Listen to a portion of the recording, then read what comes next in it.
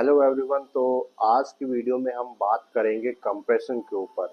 इससे पहले की वीडियो में हमने बात किया था टेंशन क्या होता है, स्ट्रेस क्या होता है। ओके, अगर आपको स्ट्रेस टेंशन से अगर कोई डाउट हो तो आप मुझे कमेंट कर सकते हो, मैं उस पर आपके जो भी डाउट्स होंगे उसको क्लियर कर लूँगा। तो आज की वीडियो में हम मेन बात करेंगे कंप्रेशन के ऊपर। तो ये जो वर्ड है कंप्रेशन, इससे आपको क्या लग रहा है? इसकी मीनिंग एक्चुअल में इसके वर्ड में ही छुपी है। कंप्रेशन का मतलब है किसी चीज को कंप्रेस करना है, यानी कि कोई फोर्स लग रहा है दोनों एंड से और वो एक ही डायरेक्शन में लग रहा है। ऑब्वियस सी बात है, जब हम किसी ऑब्जेक्ट को एक्सटर्नल फोर्स अप्लाई करेंगे एक ही डायरेक्शन में, तो आपको क्या लगता है क्या होगा? ऑब्वियस सी बात है, वो थोड़ा सा और सेंटर से हार्ड हो जाएगा, यानी कि जो उसके सेंटर का एरिया होगा जहाँ पे टेंसाइल स्ट्रेस लगता है वो बहुत ज़्यादा क्या होगा, सॉलिड हो जाएगा। मीन्स उनके जो मॉलिक्यूल्स के बीच की जो बॉन्डिंग होगी वो और ज़्यादा स्ट्रांग हो जाएगी। ओके, जिसकी वजह से वहाँ पे हो सकता है कि प्रॉब्लम हो। ठीक, उसी तरीके से ह्यूमन बॉडी पे भी कंप्रेशंस लगते हैं। जैसे आप खड़े रहते हो तो आपकी सारी बॉडी का वेट कहाँ लगता है? आपके पैर पे लगता है, टीबी या फीमर पे लगता है। मीन्स आपकी टीबी और फीमर आपके सारे बॉडी का वेट कैरी करता है। इट मीन्स कि टीबिया और फीमर पे कंप्रेशन लग रहा है, राइट? अब टीबिया और फीमर पे जब कंप्रेशन लग रहा है तो ऑब्वियस सी बात है सेंटर के जो मॉलिक्यूल्स होंगे वो टाइटली पैक होंगे।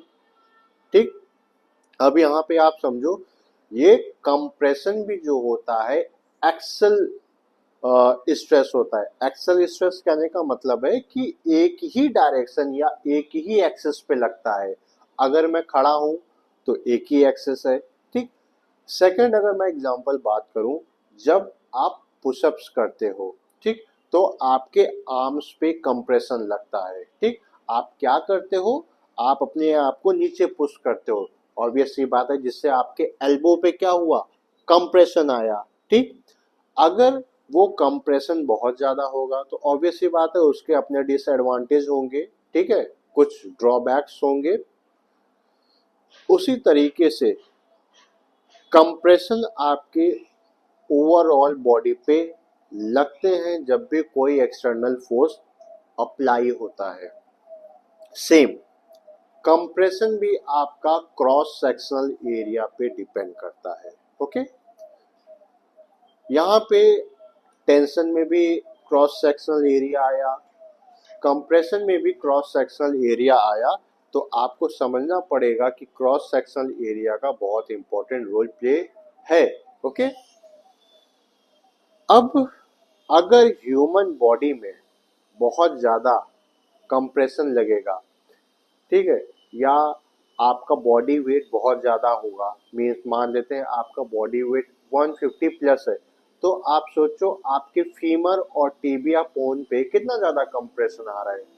तो वहाँ पे जो स्ट्रेस है वो इतना ज़्यादा होगा कि आपके मसल्स में हो सकता है कि ब्रसेस हो जाए, मीन्स नीला पड़ जाए, या हो सकता है आपके जो बोन हो फ्रैक्चर होने के भी चांसेस ज़्यादा होते हैं। या कभी कभी आपस में बोन क्या करते हैं, क्रस्टिंग जैसी चीज़ें होने लगती, वो आपस में ही एक दूसरे को क्रश करने लगते हैं, जिसकी वजह से आपके बोन में फ्रैक्चर होने के भी चांसेस होते हैं।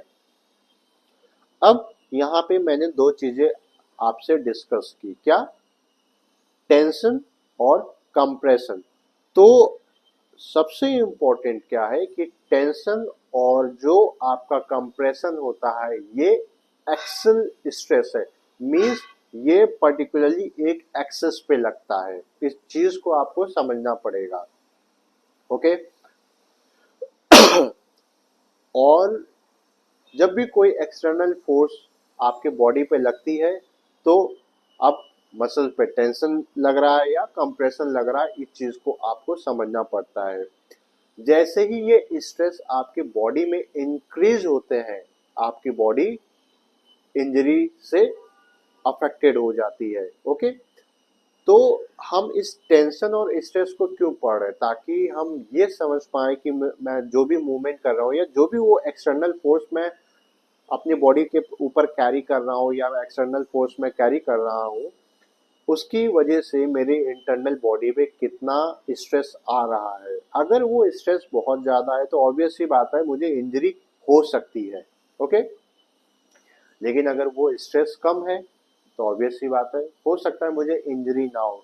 तो हम यहाँ पे अपने बॉडी पे जो स्ट्रेस पड़ रहा है उसको भी इजीली मेजर कर सकते हैं। तो ये था हमारा कंप्रेशन टॉपिक। आई होप आपको ये वीडियो समझ में आई होगी, ये टॉपिक समझ में आया होगा। और अगर कंप्रेशन पे कोई और भी आपको डाउट हो तो आप कमेंट कर सकते हो, मैं आपका आंसर जल्दी दूंगा। Thank you.